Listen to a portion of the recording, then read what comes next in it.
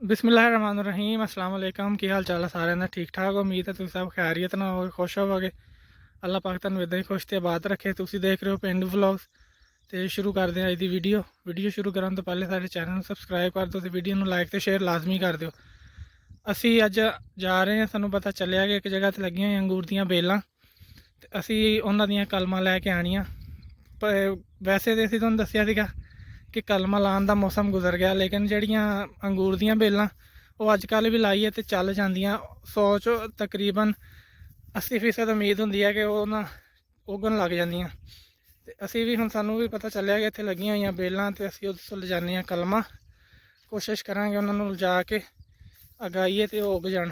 ते तुसीं दुआ करियो कि साडी कोशिश हो जाए कामयाब। ते हुण चल के तुहानूं दिखाने अंगूर दियां बेलां, ते तरीकाकार दसदे हैं कि किदां कलमां लाई दियां, किहड़े हिस्से तो कलम लाइए तो ज़्यादा चंगी तरह चल जाती है। तो आपां जाके लाने कलमां, फिर उन्होंने लिजा के बीजांगे घर। जी हुण असीं पहुँच आए हैं, तो असीं जाके कटदे हां दाबां अंगूर दियां। ਇਹ ਲੈ ਕੇ ਆਏ ਹਾਂ ਅਸੀਂ ਕਟਰ। ਇਹ ਫਿਰ ਵੈਸੇ ਤਾਂ ਹੁੰਦਾ ਜਿਹੜੇ ਬਾਗੀ ਤੋਂ ਕਿੰਨੂਆਂ ਦੇ ਟੁੱਟਦੇ ਹਨ, ਇਹ ਕਿੰਨੂ ਕੱਟਣੇ ਵਾਸਤੇ ਇਸਤੇਮਾਲ ਹੁੰਦਾ।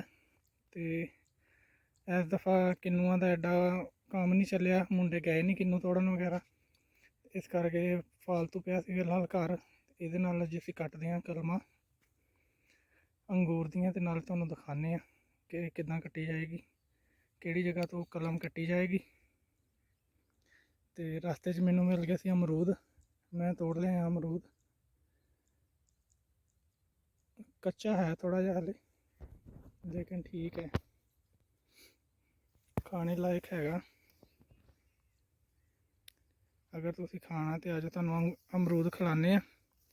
तो हुण आपां चलदे हां जाके अंगूर दियां बेलां पहले तुहानूं दिखाने, तो फिर दिखावांगे उन्हां दियां दाबां कट के।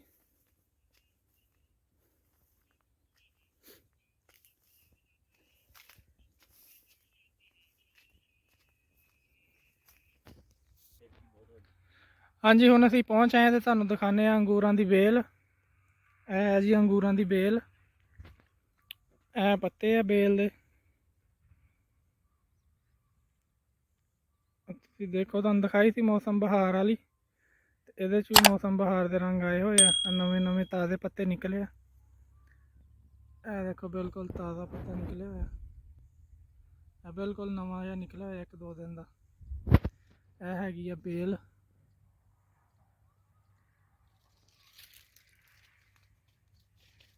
तो हुण असीं तोड़दे आं इहदे तो कलमां। चलो जी पहले ये दसो कि किहड़े हिस्से तो तोड़ी जाऊगी तो जिहड़ी सही निकलने वाली होगी। सही वो होगी जिहड़ी हजे तकरीबन फुटी नहीं गई। अच्छा जी हुण असीं ओह कलम लभनी है कि जिहदे ते अक्खां फिलहाल बनदियां होण, बनियां ना होण या निकलियां ना होण।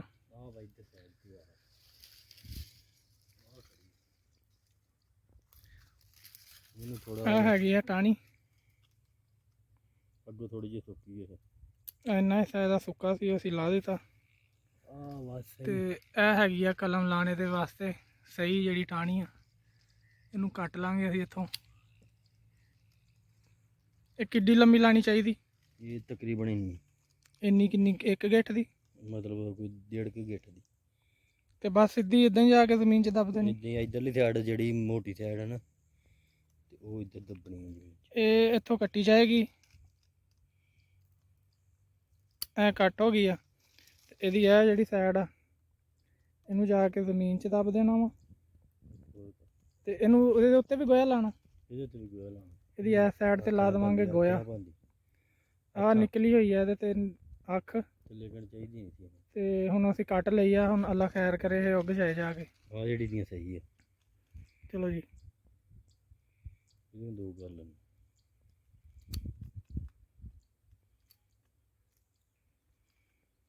ਤਿੰਨ ਹੋ ਗਈਆਂ, ਸੱਜ ਅੱਖਾਂ ਤੋਂ ਬਚੀ। ਲੋ ਜੀ ਆ ਕਲਮਾਂ ਕੱਟੀਆਂ ਗਈਆਂ 3, ਤੇ ਹੁਣ ਅਸੀਂ ਜਾਂਦੇ ਹਾਂ ਤੇ ਇਹਨਾਂ ਨੂੰ ਲਿਜਾ ਕੇ ਲਾਵਾਂਗੇ ਘਰ। ਇੱਕ ਅੱਧੀ ਅਸੀਂ ਹੋਰ ਤੋੜ ਲਈ ਹੁਣ ਜ਼ਾਹਰ ਸਾਹਿਬ ਲੱਭ ਰਹੇ ਆ ਇਹਦੇ ਚੋਂ ਹੋਰ 1-2 ਕਲਮਾਂ ਆਪਣੀ ਪਸੰਦ ਦੀਆਂ, ਤੇ ਦੇਖਦੇ ਹਾਂ ਹੁਣ ਇਹਨੂੰ ਪਸੰਦ ਆਂਦੀ ਹੈ ਕਿ ਨਹੀਂ ਆਂਦੀ। ਇਹ 'ਚੋਂ ਕੋਈ ਅਜੇ ਤਾਜ਼ੀਆਂ ਇਹਨੇ ਪੱਤੀਆਂ ਕੱਢੀਆਂ ਹੋਈਆਂ। ਤੇ ਤਕਰੀਬਨ ਹੁਣ 100 ਚੋਂ ਕਿੰਨੇ ਪਰਸੈਂਟ ਹੈਗੀ ਉਮੀਦ? ਮੈਂ ਤਾਂ ਤਕਰੀਬਨ 50% ਹੀ ਆ। ਬੇਲ ਨੂੰ ਦੇਖ ਕੇ ਲੱਗ ਰਿਹਾ ਜੀ ਤਕਰੀਬਨ 100 ਚੋਂ 50% ਉਮੀਦ ਹੈ ਕਿ ਬੇਲ ਉੱਗੇਗੀ। ਇਹ ਅੱਗੇ ਹੀ ਆਈ ਫੁੱਟੇਗੀ ਤਾਂ। ਯਾਨੀ ਕੱਚਾ ਪੱਕਾ ਕੰਮ ਆ ਕਿ ਇਹਨੇ ਅੱਖਾਂ ਉੱਖਾਂ ਕੱਢ ਲੀਆਂ ਹੋਈਆਂ ਵਾ। ਜਿਸ ਤਰ੍ਹਾਂ ਅਸੀਂ ਤੁਹਾਨੂੰ ਪਹਿਲੇ ਦੱਸਿਆ ਸੀਗਾ ਕਿ ਜਿਹੜੀ ਕਲਮਾਂ ਲਾਉਣ ਦੀ ਮੌਸਮ ਆ ਉਹ ਗੁਜ਼ਰ ਗਈ ਹੋਈ ਆ, ਲੰਘ ਗਈ ਹੋਈ ਆ। ਤੇ ਹੁਣ ਅੱਲਾਹ ਤਾਲਾ ਤੇ ਹੀ ਆ, ਜੇ ਉਹਨੂੰ ਹੋਇਆ ਸਾਡੇ ਤੇ ਕੋਈ ਥੋੜਾ ਰਹਿਮ ਆ ਗਿਆ ਤੇ ਫਿਰ ਉੱਗ ਜਾਣਗੀਆਂ, ਨਹੀਂ ਤੇ ਫਿਰ ਅੱਲਾ ਵਾਰਸ ਆ।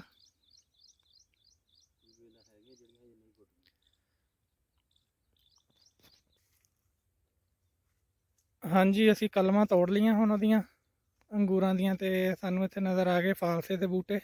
ਫਿਲਹਾਲ ਤੇ ਉੱਪਰੋਂ ਵੱਡੇ ਹੋਏ ਆ, ਤੇ ਲੇਕਿਨ ਅਸੀਂ ਤੁਹਾਨੂੰ ਚੈੱਕ ਕਰਵਾ ਦਿੰਦੇ ਹਾਂ ਕਿ ਇਹਦੇ ਬੂਟੇ ਕਿੱਦਾਂ ਦੇ ਹੁੰਦੇ ਤੇ ਇਹਦੇ ਪੱਤੇ ਕਿੱਦਾਂ ਦੇ ਹੁੰਦੇ ਆ। ਦੇਖੋ ਜੀ, ਇਹ ਹੈਗਾ ਫਾਲਸੇ ਦਾ ਬੂਟਾ ਜਿਹੜਾ ਉੱਪਰੋਂ ਵੱਢ ਦਿੱਤਾ ਹੋਇਆ ਉਹਨਾਂ ਨੇ। ਹੁਣ ਇਹਦੇ ਦੁਬਾਰਾ ਪੁੱਟਣੇ ਦੇ ਮੌਸਮ ਆ ਗਏ। ਨਵੀਆਂ ਇਹਨੇ ਪੱਤੀਆਂ ਕੱਢੀਆਂ ਹੋਈਆਂ ਵਾ। ਇਹ ਹੈ ਜੀ ਫਾਲਸੇ ਦਾ ਬੂਟਾ। ਇੱਥੇ ਤਕਰੀਬਨ 5-6 ਬੂਟੇ ਹੈਗੇ ਆ ਤੇ ਇਹ ਨਿਕਲ ਆਈਆਂ ਸ਼ਾਖਾਂ। ਜਿੰਨੀ ਦੇਰ ਨੂੰ ਇਹਦੀ ਲੱਗਣੇ ਦੀ ਮੌਸਮ ਆਣੀ ਹੈ, ਇਹਦੀਆਂ ਟਾਹਣੀਆਂ ਹੋ ਜਾਣੀਆਂ ਵੱਡੀਆਂ ਤੇ ਆਸਤਾ ਆਸਤਾ ਉਹਨਾਂ ਤੇ ਫਲ ਲੱਗਣਾ ਸ਼ੁਰੂ ਹੋ ਜਾਣਾ।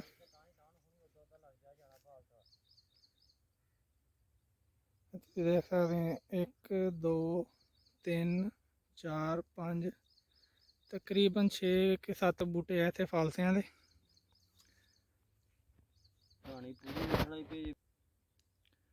ਇਹ ਹੈਗੀ ਜੀ ਫਾਲਸੇ ਦੀ ਨਵੀਂ ਟਾਹਣੀ ਨਿਕਲੀ ਹੋਈ, ਤੇ ਇਹਦੇ ਤੇ ਛੋਟੇ ਛੋਟੇ ਫਾਲਸੇ ਵੀ ਲੱਗਣੇ ਸ਼ੁਰੂ ਹੋ ਗਏ।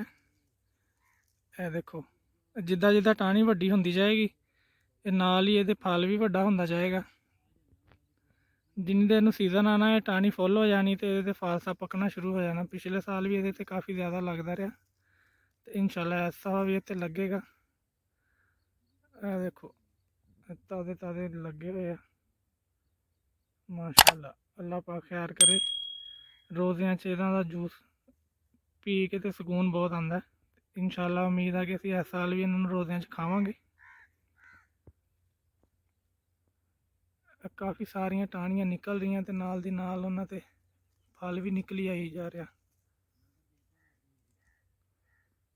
ਇਹ ਹੈ ਜੀ ਤਾਜ਼ੇ ਤਾਜ਼ੇ ਪੱਤੇ ਨਿਕਲੇ ਹੋਏ। ਤੇ ਇੱਥੇ ਇੱਕ ਅਮਰੂਦ ਦਾ ਬੂਟਾ ਵੀ ਹੈ, ਮੈਂ ਤੁਹਾਨੂੰ ਉਹ ਵੀ ਦਿਖਾਵਾਂ। ਇਹ ਹੈ ਜੀ ਅਮਰੂਦ ਦਾ ਬੂਟਾ ਤੇ ਇਹਦੇ ਤੇ ਲੱਗੇ ਹੋਏ ਆ ਅਮਰੂਦ। ਇਹ ਫਿਲਹਾਲ ਹੈ ਕੱਚੇ।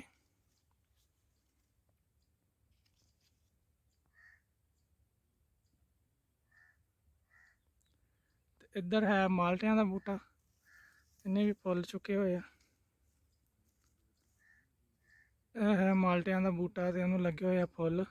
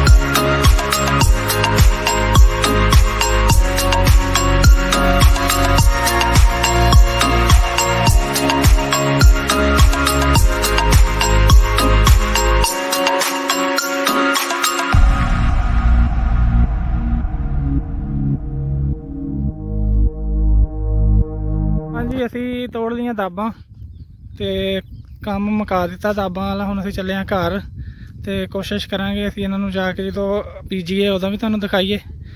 ਤੇ ਅਸੀਂ ਮਿਲਾਂਗੇ ਤੁਹਾਨੂੰ ਅਗਲੀ ਵੀਡੀਓ। ਜਦੋਂ ਤੱਕ ਤੁਸੀਂ ਆਪਣਾ ਖਿਆਲ ਰੱਖਿਓ, ਹੱਸਦੇ ਵਸਦੇ ਰਹੋ, ਖੁਸ਼ ਰਹੋ, ਦੇਖਦੇ ਰਹੋ ਪਿੰਡ ਵਲੌਗਸ। ਇਨਸ਼ਾਅੱਲਾ ਤੁਹਾਡੇ ਨਾਲ ਮੁਲਾਕਾਤ ਹੋਏਗੀ ਅਗਲੀ ਵੀਡੀਓ। ਜਦੋਂ ਤੱਕ ਰੱਬ ਰੱਖਾ, ਅੱਲਾ ਹਾਫਿਜ਼।